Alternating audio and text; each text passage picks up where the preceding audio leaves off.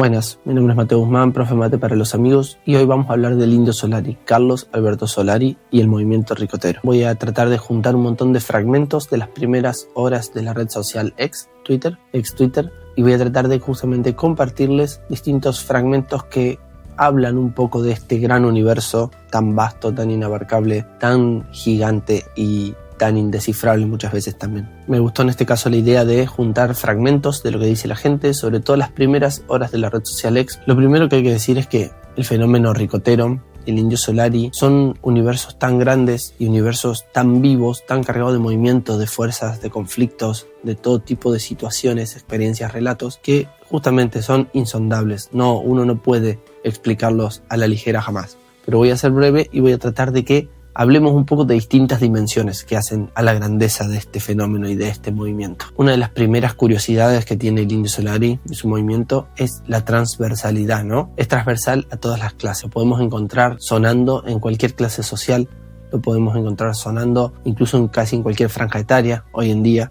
Así que hay algo de lo transversal del fenómeno que es ineludible tener que mencionar. Al respecto, Fermín Rovilote nos decía en ex así: hoy suena Patricio Rey desde el departamento más careta hasta el sótano más recóndito de este país. Gracias, Indio. En la misma tónica, Fede, zarpar de todo, nos decía: nunca nos subestimó. Nos habló en lunfardo de cosas complejas y con palabras pretenciosas contó secuencias de esquina. Hizo bailar a los filósofos y leer a los ladrones. Esta ambivalencia, esta capacidad de tener valor para las personas cultas, para personas que han leído, para personas informadas, digamos, entre comillas, y esta cuestión de llegar con una poesía exquisita, una poesía delicada, una poesía muy, muy elaborada y muy trabajada, muy cargada de metáforas, de alegorías, que no es una forma lineal y directa de comunicarse. Pese a todo esto, también llegó a gran parte de lo que podemos considerar como el pueblo, el populacho, el marginado. Acá la Inca Natalín Minato nos decía: pasarán los años y todavía se seguirá sin entender cómo un lector de los beatniks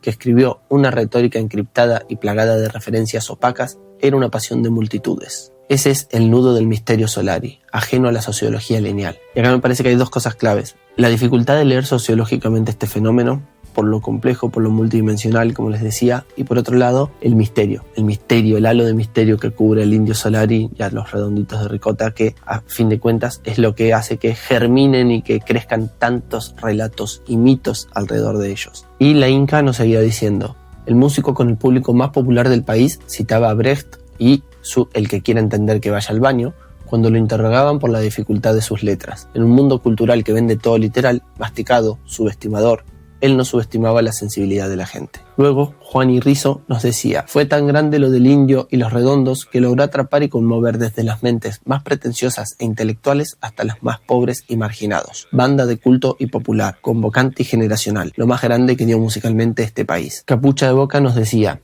puedo nombrar hasta 2 o 3 ocasiones en las que zafé de ser robado o fajado por tener una remera del Indio o que se vean mis tatuajes. El Indio era el huevo que armaba la tortilla de todas las clases sociales. Era como el Diego en ese aspecto. Y esa fuerza del Indio de cohesionar lo incohesionable, es decir, de albergar en su espacio, en su momento, en el rito ricotero, en la misa, etc., gente que en otros contextos no podrían estar juntas. Por ejemplo, las barras bravas, que unificadas bajo el concepto de las bandas, en el universo ricotero conviven porque el fin es otro, porque hay toda una resignificación de lo que implica estar juntos en ese caso. Luego Guido, citando a la Inca, nos decía: cada vez que escuches algún gil o alguna boluda diciendo con la boquita torcida que tal manera de hablar no le llega a la gente, entre comillas, acordate que el Indio es uno de los poetas más populares que tuvo este país. Y acá vuelve a aparecer esta cuestión de la igualdad de las inteligencias, de que el Indio, aunque sabe que su público es masivo, multitudinario, no por eso los trata de tontos. Siempre sigue fiel a su poesía, a su arte, a su complejidad, pero pese a toda esa abstracción, a esa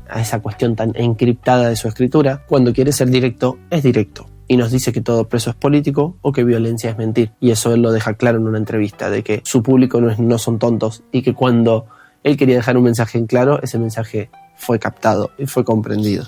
Porque seamos sinceros y precisos, en las banderas nadie pone la frase: una vez le hice el amor a un Drácula con tacones. En cambio, las banderas siempre portan otros mensajes mucho más combativos, directos, mucho más claros en sus significados. De esta pluralidad, de esta diversidad de herramientas poéticas está hecho el Indio. En la misma tónica, Armas, Sexo y Apriestes, Ciudad Gideus, usuario de X, nos dice: el indio citaba a Bourdieu y a Perón, su lírica era una selva misteriosa que cada argentino tenía la inmensa tarea por descifrar, y yo creo que tiene, por hacer suyas sus palabras. A lo literal y obvio lo devoraba una metáfora hermosa. Hoy dirán que habla en difícil. Daniel Machín nos dice: en los márgenes, las casas no tienen bibliotecas. A la poesía se ingresa por la música popular. Muchos piensan que el fenómeno del Indio Solari se vincula con la transgresión, pero en realidad tiene mucho más que ver con el acceso a la belleza. Y acá, como profe de música, me parece que Daniel Machín nos está diciendo algo sociológicamente muy poderoso. O sea, todo sociólogo de la música debería tener en cuenta esto que nos está diciendo Daniel, y uno lo corrobora cuando trabaja en contextos marginales y periféricos, en escuelas, lo corrobora inmediatamente. Hay casas donde no existe la literatura como tal, no existen los libros, no se practica la lectura, sin embargo la música está, y la poesía a través de la música llega. Entonces hay algo ahí, hay un germen, una posibilidad de poder muy grande.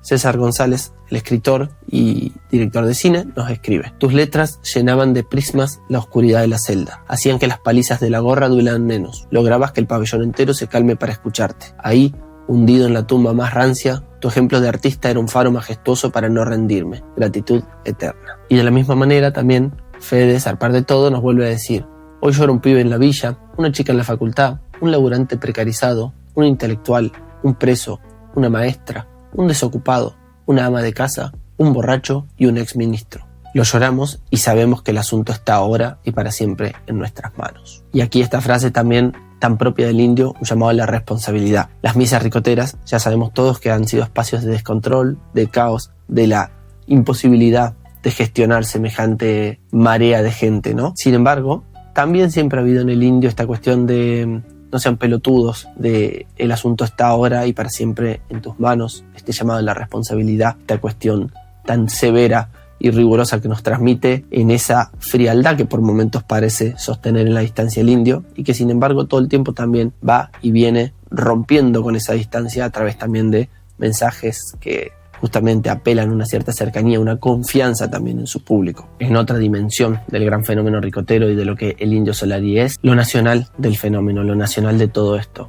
Es algo profundamente argentino, muy intrínsecamente argentino, que nunca se configuró como un producto para exportar, excepto en Uruguay, donde hay una resonancia rioplatense muy fuerte con la obra del indio, con el lunfardo, etc. Es decir, hay una resonancia debido a las cercanías geográficas y culturales. Más allá de eso, el Indio Solari y el movimiento ricotero nunca explotó en ningún otro lugar más allá de Argentina y Uruguay, como les decía. Y, sin embargo, es sin dudas el movimiento más grande del rock nacional argentino. Y aquí, bueno, hay muchas cuestiones que podríamos plantear y preguntarnos si esto tiene que ver con una estructura material, que tiene que ver justamente con la autogestión que siempre mantuvo el indio y Patricio Rey y los Redondos de Ricota. Y en ese sentido, quizás sea justamente esta estructura material de no tener la colaboración y la coordinación con las grandes discográficas internacionales, lo que no les permitió insertarse por fuera del país, o quizás es una filia de orden nacionalista, una cuestión de eso, estar preocupado e interesado sobre todo en Argentina. Yo creo que hay un poco de las dos. Y por otro lugar, lo que muchos suelen decir, por ejemplo, lo señalaba Mariana Enríquez el otro día, que hay algo de lo intraducible también del fenómeno, de las personas, los personajes de los que habla, la forma en la que nos habla, es profundamente argentino, netamente argentino y bastante difícil de descifrar para personas de otras latitudes. Y aquí yo creo, y esto es solo una opinión, que hay un poco de las dos. Hay un poco de esta cuestión de no haber participado de esas corporaciones que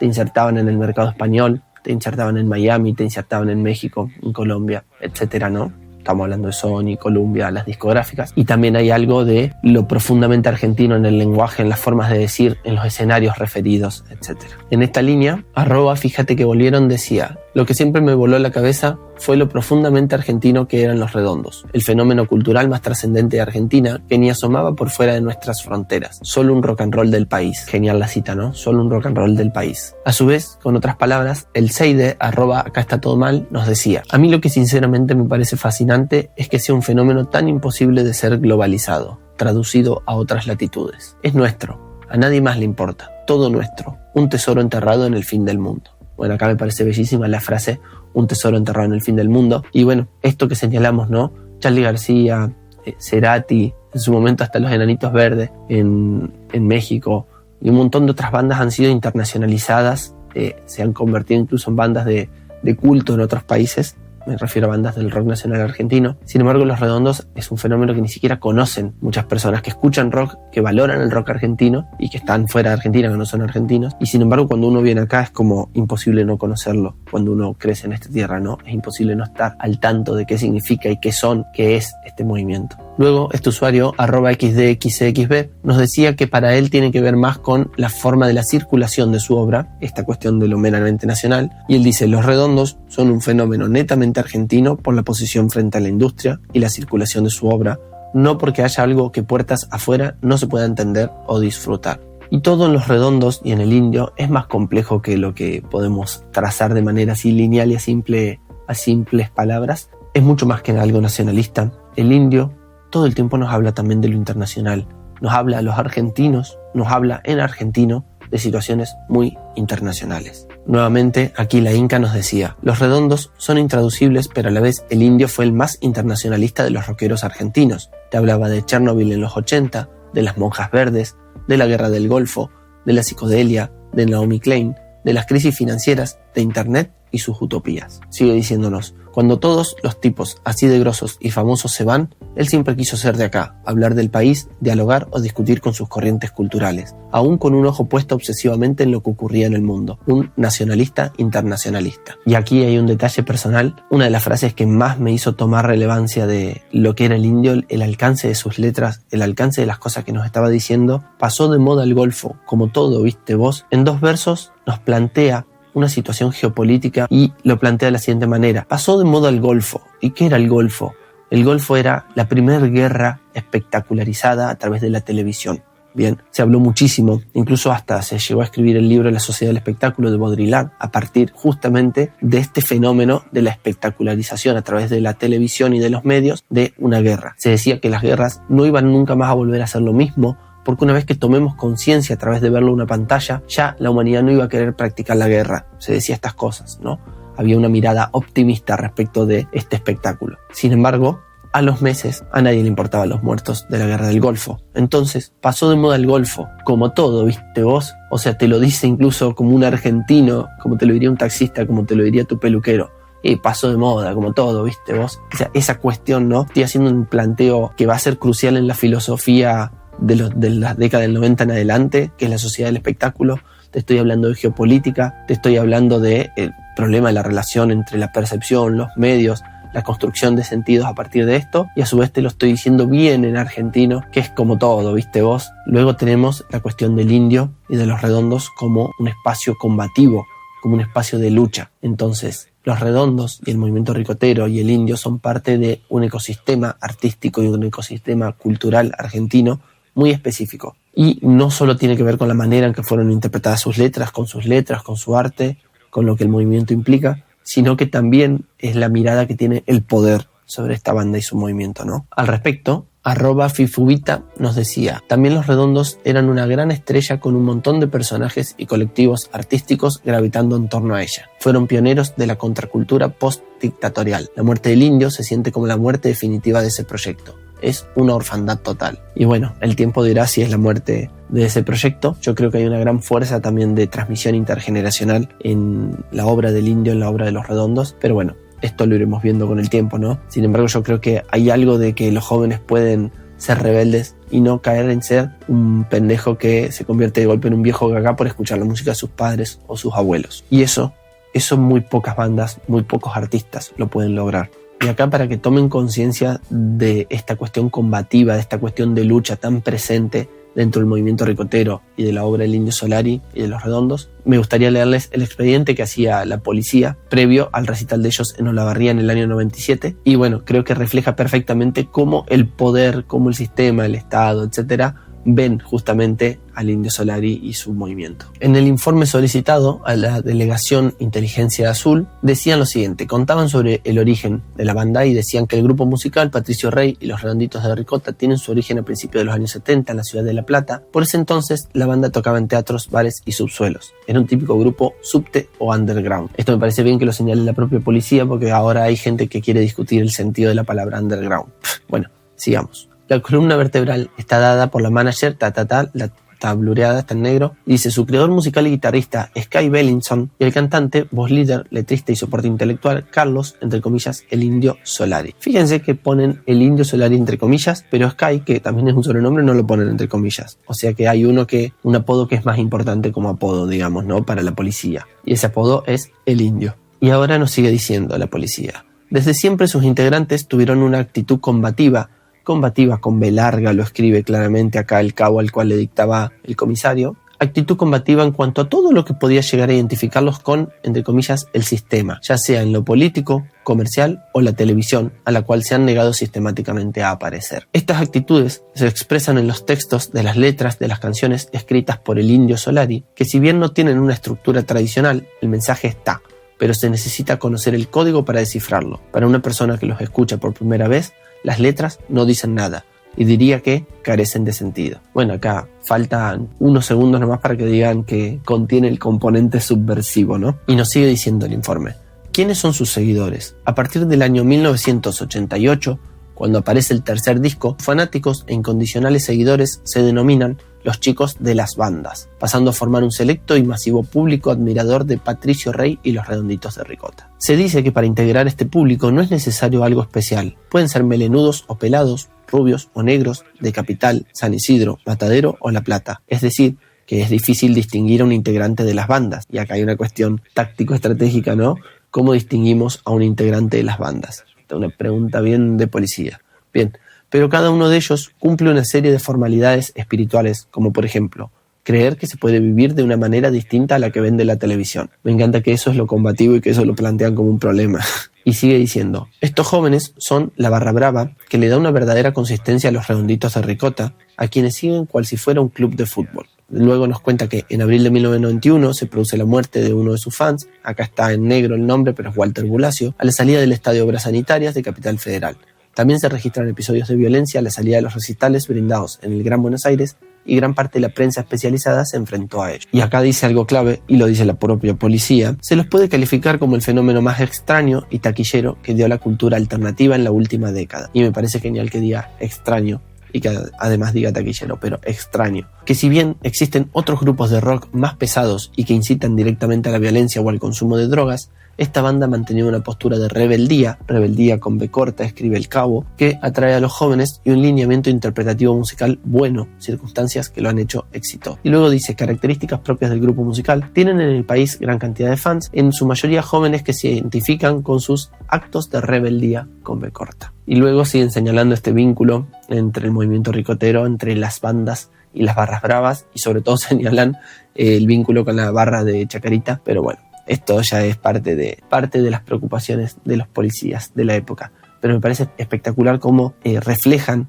bien esta cuestión combativa, esta cuestión de lucha, esta actitud combativa, ¿no? Entonces es una multitud que da miedo también. Obviamente ya muchos lo saben, pero una de las cuestiones claves también que hacen a que el Indio y los Redondos permanezcan formando parte de este gran movimiento contracultural argentino es el hecho mismo de que siempre fueron autogestivos, de que siempre se gestionaron por su propia cuenta, que fueron realmente independientes. Entonces encarnaron de lleno y de manera realmente existente este ideal del rock antisistema. Y todo esto está conectado también a esto que les decía antes de la relación entre juventud y rebeldía. Los Redondos poseen esa característica de la rebeldía en todo su espectro, ¿no? En todo lo que significan, en todo lo que implican. Pero a su vez, de a poco, el Indio y el movimiento ricotero también empieza a ser algo que se comparte entre generaciones. Vimos en estos días, en los noticieros, vimos en las imágenes que andan circulando, nietos, no solo hijos, sino nietos diciendo que estaban ahí porque sus abuelos o sus padres les hacen escuchar esta música, ¿no? Entonces hay una fuerza también de tradición en el rito ricotero, ¿no? Empieza a compartirse de padres a hijos, de abuelos a nietos incluso. Y es curioso que no te convierte en un viejo gaga escuchar Los Redondos, sino que hay algo de rebeldía en seguir escuchando hoy Los Redondos y sos joven. Entonces, conviven estas dos cuestiones, tan difícil de que convivan en algún espacio de nuestras vidas, ¿no? Luego está esta dimensión de la estética del Indio y todo lo que rodea al movimiento ricotero. Se convirtieron inevitablemente Los Redondos en una música que representa en Argentina al fisura, al malabarista de la esquina, al albañil, al marginado, al adicto. El Indio, y es un indio, bien, dirige de alguna manera este gran rito pagano que es la misa ricotera. O sea, fíjense todos estos elementos tan barrocos, para nada clásicos, ¿no? Para nada celebratorios de una belleza que se vincula a la regularidad, a la perfección, a la simetría, sino todo lo contrario. Se vincula al desborde, al éxtasis, al exceso. Este bacanal, este saturnal, tan propio de la misa ricotera, tiene toda esta carga, ¿no? Tan sensual y tan vinculada a los placeres, a un hedonismo medio desenfrenado incluso. Bueno, toda esta carga dionisíaca y tan poco apolínea, pero cruzada con unas pinceladas de un arte sutil en la poesía, me parece que son una de las cuestiones que lo hacen tan singular estéticamente hablando, ¿no? En comentarios de una publicación, de hecho, el usuario Travis Unheimlich nos decía la gema del barroquismo. Y me parece que tiene que ver con esto, ¿no? Con que es quizás uno de los más barrocos de todos nuestros artistas del rock nacional argentino. Y recuerden, para los que no saben de historia del arte, que el barroco tiene que ver con esta piedra bastante deforme, poco simétrica, con justamente una gran rugosidad, con un montón de curvas inesperadas, ¿bien? De hecho, miren este fragmento, miren esta pieza y díganme si no es barroquismo puro. Se está quemando ahora mi cara, Dios. Una explosión y los colchones se prenden fuego y nos quemamos vivos. Quiero salir, quiero escapar. Las puertas siguen encerrojadas. El pabellón por un segundo se nubló todo y ya no vemos nada más. Y luego está esta cuestión más filosófico-teológica sobre cómo se lo ve al indio, ¿no? Esta figura crística, profética, a su vez casi divinizada, ¿no? Del Indio Solari. Yo diría que más bien, como dicen muchos, un dios del infierno más que del cielo, o en todo caso una especie de dios telúrico, también diría. Pero me parece que hay un combo ahí de componentes que se vinculan a la idea de lo sagrado en alguna dirección, y en este caso en la dirección, como les decía, telúrico, infernal, bacanal, saturnina, que hacen a una estética única también, ¿no? Hernán Banoli Volqueterre decía: se murió el Cristo de la cultura del aguante. No era solo el líder de una banda, era el profeta de una alianza de clases en extinción, de un vínculo con la cultura que está desapareciendo. Bueno, obviamente hay una cuestión de cómo ahora se reproduce cultura a través de las tecnologías, esta cuestión de los nichos, ¿no? De que los famosos son famosos por nichos, que dadas las estructuras actuales de las tecnologías vigentes, en general la producción de ídolos, de famosos, se da más en la forma de nichos, ¿no? Y el Indio Solari es uno de esos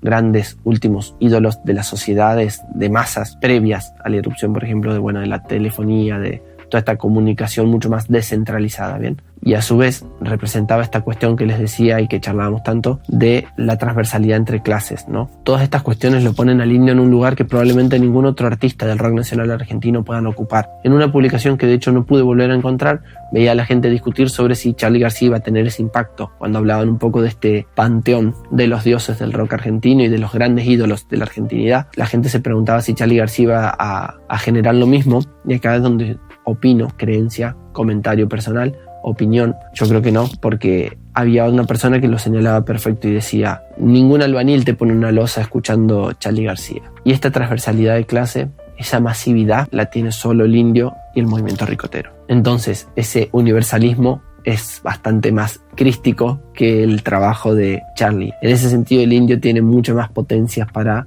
encarnar esas fuerzas crísticas y esas fuerzas proféticas, ¿bien? Incluso creo que el indio representa tan fuertemente esta cuestión de ese mundo que está muriendo, bien, de ese mundo en el que podían darse estos fenómenos y que ahora está muriendo, que quizás en un futuro, para muchos historiadores del rock nacional argentino, sería mejor organizar el tiempo antes y después del Indio Solari. Solo es un consejo. Ahora bien, Marian Herrera también nos decía en la misma tónica: hoy nace el mito más difícil de abarcar.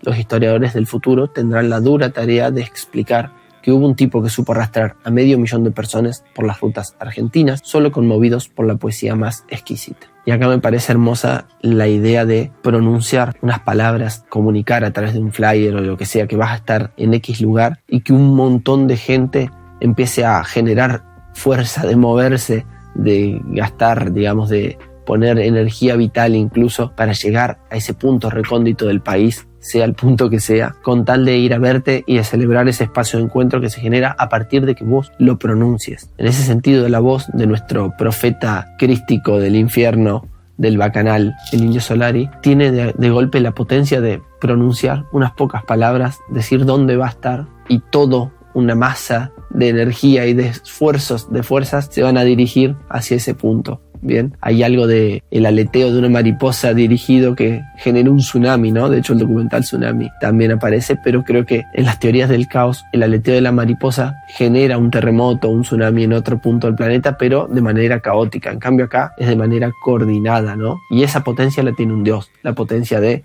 iniciar un pequeño movimiento y saber que eso termina en un tsunami, en un gran terremoto dirigido a un punto que tiene un epicentro, ¿no? Reflejando esto, el usuario de Tacu y de Puntín decía: siempre me pregunté cómo es posible vivir sabiendo que si mañana decís que vas a tocar en La Quiaca o en Choel Choel, ponele, cientos de miles de personas se trasladarán hasta ese lugar solo para escucharte. En la misma línea, acá F. Lucione Flor nos decía: un oyente deja un mensaje en la radio. Me hace acordar a la muerte de Diego y me parece muy loco que Dios pueda morir 2 veces. Bueno, fíjense cómo juegan todo el tiempo con la idea de Dios, ¿bien? Con esa figura realmente sagrada en la que se convierte el Indio Solari con su muerte y también en su vida. Y acá solo me gustaría decir lo siguiente: quizás tengamos que pensar que el panteón de los dioses de esta naciente nación que es la Argentina sea un panteón politeísta y podamos incluir varios dioses en ese panteón. Entonces Dios pueda morir varias veces. Lo dejo abierto. O quizás justamente sea la muerte de uno de esos últimos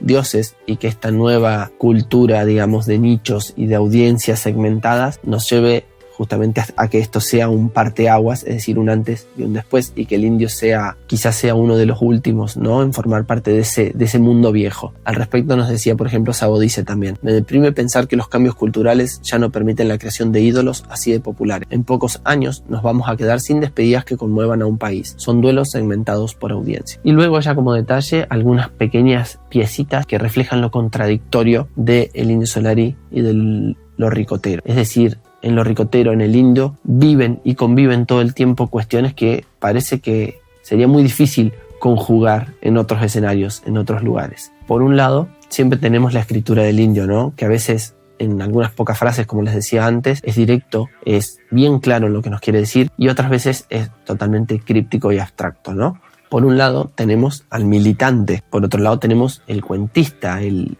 creador de ficciones, y también por otro lado tenemos el sociólogo, ¿no? Este sociólogo que a través de sus ficciones nos habla de una sociedad, nos cuenta sobre personajes de esta sociedad, ¿no? Desde la hija del fletero, el pibe de los astilleros, los héroes del whisky, y así todo el tiempo creando personajes, ¿no?, constantemente. Y estos personajes siempre guardan algo de lo ficcional y algo de una sociología con calle, ¿no? Una sociología de alguien que conoce los personajes de esa argentinidad. Bien, luego otra de las situaciones bastante paradójicas o difíciles de comprender es esta cuestión de la convivencia de las barras bravas al interior del movimiento ricotero en un nuevo concepto, en una nueva idea, en un nuevo sentimiento que cohesiona, que es el de las bandas, ¿no? Entonces, en ese sentido, muchas veces el indio pudiendo ponerse una figura que está por sobre encima del fútbol, para aquellos que el fútbol ya es una deidad en sí, y acá podemos ver esta cuestión de cómo el indio nos muestra que coexisten distintos planos de lo sagrado en la Argentina y que en muy pocos espacios un dios respeta a otro dios, ¿no? Fútbol, el Diego, etcétera, es un dios, y el indio de golpe es otro dios, y hay gente que mataría por el fútbol, que mata por el fútbol, y que está listo para entrar en combate, en guerra con otras facciones, y sin embargo crean una tregua, un espacio de tregua, solo porque están en presencia de lo sagrado ante otro Dios posible. Luego también el fenómeno del indio, sus letras, su música, son un fenómeno, como decíamos todo el tiempo, inevitablemente multitudinario, masivo, de compartir, de estar con otros, pero también hay un Indio Solari, hay una dimensión de los redondos que son para vivirlo en lo íntimo. Hay toda una dimensión de lo que es escuchar al indio estando solo, de escucharlo al indio hablarte, escuchar esos universos sonoros también de los redondos en la intimidad. En este sentido, conviven en el Indio y en Los Redondos tanto lo multitudinario como lo íntimo. Facundo del Acqua nos decía de la siguiente manera: creo que al indio le va a gustar ser despedido por miles, abrazados, cantando sus canciones, llorando en una sopa humana similar a los pogos que evocó, pero también va a disfrutar desde el infinito a los que lo despidan con sus amigos, a oscuras, enfrente de un vinilo venenoso. Y por último, para ir cerrando, me gustaría leer una publicación de Matías Mauset que decía: está bien ser autorreferencial. La inmensidad del indio está en lo que hizo con nuestras vidas. Cuenten sus historias, cómo llegaron acá, si lo fueron a ver, si llegaron a Los Redondos o vinieron más tarde, si lo están descubriendo hoy a partir del dolor del pueblo. Todo. Y esta es la vieja discusión sobre si cuando fallece alguien es bueno o es de pesado o es de autorreferencial ponerse a hablar justamente de las cosas que a uno mismo le ha pasado con ese artista. Y yo creo que cada uno elaborará esta respuesta como quiera. Sin embargo, el indio, cuando hablaba de los artistas, hacía mucho hincapié en cómo los artistas tocaban la fibra sensible del pueblo, y eso era lo que había que respetar, ese vínculo. Bien, entonces creo que es un buen momento para que todos cuenten qué les pasa con el indio, qué le pasa con Los Redondos, por qué están emocionados como están emocionados, por qué les importa como les importa. Así que si llegaron hasta acá y se tomaron el tiempo de escucharme, muchas gracias. Y dejen un comentario, cuenten un poco sobre su experiencia con el indio y con Los Redondos. Mi nombre es Mateo, profe Mate para los amigos, y esto es un capítulo más de La Base Sónica, uno de los más especiales. Saludos.